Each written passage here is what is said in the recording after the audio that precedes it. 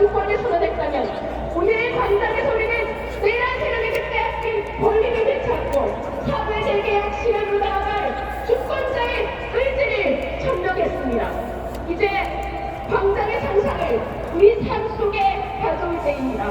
정치가 그 역할을 해야 합니다. 박근혜 탄핵 이후 정치가 광장의 요구에 충실하지 못해 아직 이르다 부담스럽다 하면서 시대적 요구의 눈감들과 저 괴물 같은 윤석열 정권이 탄생하고 말았습니다. 이제 광장의 중국인 여러분이 한국 정치의 판을 바꿔주십시오. 여러분, 정치가 분열을 선동할 때 우리는 연대를 호소합시다. 저들이 확정질서 파괴를 시도할 때 우리는 보다 나은 사회 질서를 상상합시다. 우리가 마침내 이길 것입니다. 주님! 고맙습니다.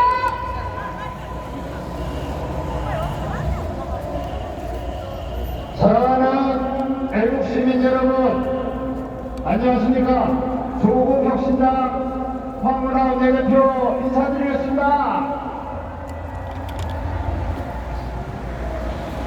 불법 개혁을 장갑차를 온몸으로 막아내고 민주주의를 지켜주신 애국시민 여러분, 진심으로 존경하고 사랑합니다.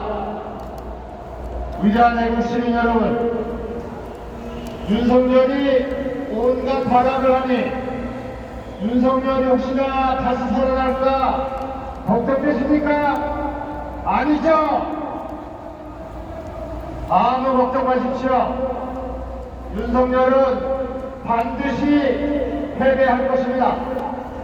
우리가 반드시 이길 것입니다. 그렇지 않습니까? 맞습니다.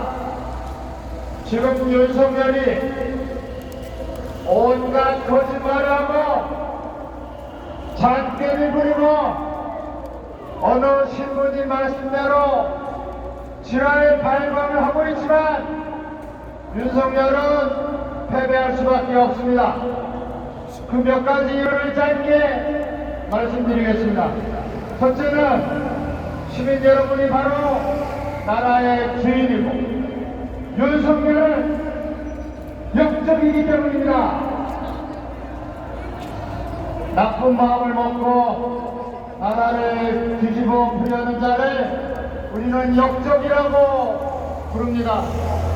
국민을 상대로 반란을 일으킨 윤석열에게 역적이라는 말 외에 달리 표현할 방도가 없습니다. 윤석열이 역적이기 때문에 우리는 승리하고 윤석열은 처참하게 패배할 것입니다. 두 번째, 우리는 헌법을 지키는 사람이고 윤석열은 헌법을 파괴하는 사람이기 때문입니다. 그렇기 때문에 우리가 이깁니다. 지난 40년 동안 우리 위대한 시민의 피와 눈물로 민주주의를 이루어냈고 또 민주주의를 지켜냈습니다. 윤석열의 망상 하나로 그렇게 호락호락 무너지지 않습니다. 시민의 피로 쌓은 민주주의에 도전한 윤석열은 반드시 가루가 되도록 분쇄될 수밖에 없지 않겠습니까? 맞습니다.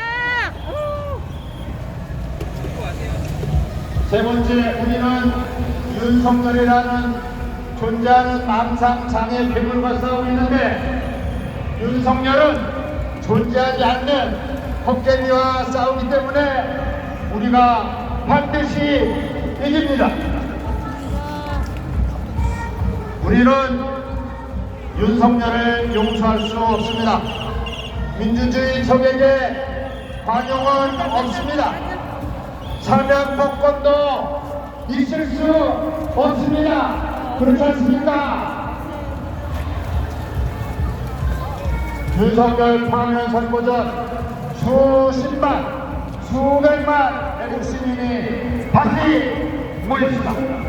민주주의 힘을 다시 한번 보여줍시다. 구호 하나 외치고 마무리하겠습니다.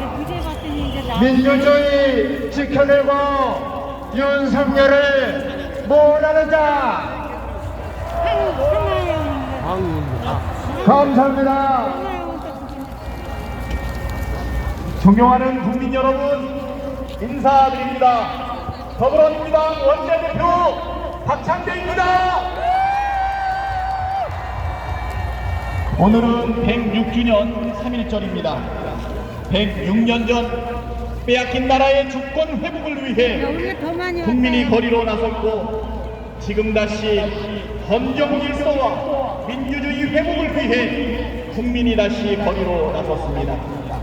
그때나 지금이나 대한민국의 진짜 주인은 바로 우리 국민이라고 생각하는데, 여러분 동의하시죠? 동의합니다. 내란 속의 윤석열 탄핵 심판 변론이 종결되었습니다. 이제 최종 선거만을 남겨두고 있습니다. 빠르면 열흘, 늦어도 보름 안에는 탄핵 심판 결과가 나올 거라 생각합니다.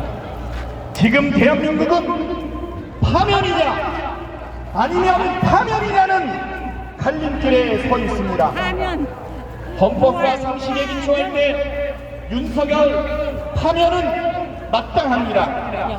비상계엄 자체가 헌법상 요건과 절차를 중대하게 위배했고, 포고령 1호는 명백한 위헌이며, 무장한 군대를 동원해 헌법기관인 국회와 선관위를 침탈하는 장면을 우리 온 국민이 생중계로 지켜봤습니다.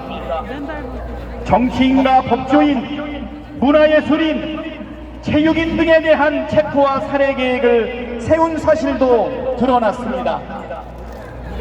그 어떤 거짓말과 괴멸로도 진실을 바꿀 수 없습니다.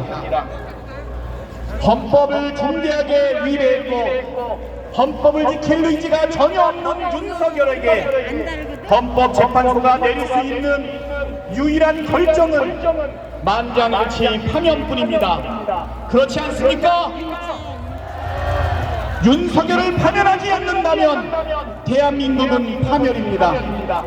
눈 떠보니 선진국이었던 대한민국이, 우리가 사랑하는 이 나라가 하루아침에 폭력과 테러가 난무하는 후진국 독재국가로 전락하게 됩니다. 언제든 계엄을 선포할 수 있고, 언제든 전쟁을 일으킬 수 있으며, 언제든 체포되어 살해될 수 있는 끔찍한 나라가 될 것입니다. 그런 나라에 살 수 있습니까? 그런데 국민의힘은 그런 끔찍한 나라를 꿈꾸는 것 같습니다. 계엄 당일 계엄 해제 표결을 방해하고, 내란 숙의 탄핵도 반대하고, 내란 숙의 특검도 반대하고, 내란 숙의 체포도 방해했습니다. 국동을 선동하는 극우 세력과 한몸이 되어 헌법재판소를 흔들고 헌법재판관을 공격하고 있습니다. 오늘로 내란 발생 88일째인데 윤석열은 여전히 국민의힘 1호 당원이고, 당대표는 12월 3일로 돌아가도 비상계엄 해제 표결에 불참하겠답니다. 이런 정당 어떻게 해야 되겠습니까?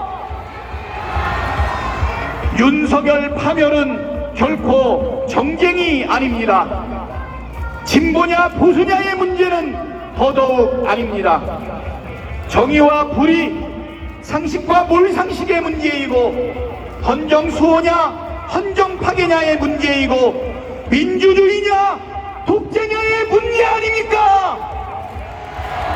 이번 싸움의 결말은 헌법재판소가 아니라 우리 국민이 정할 것입니다.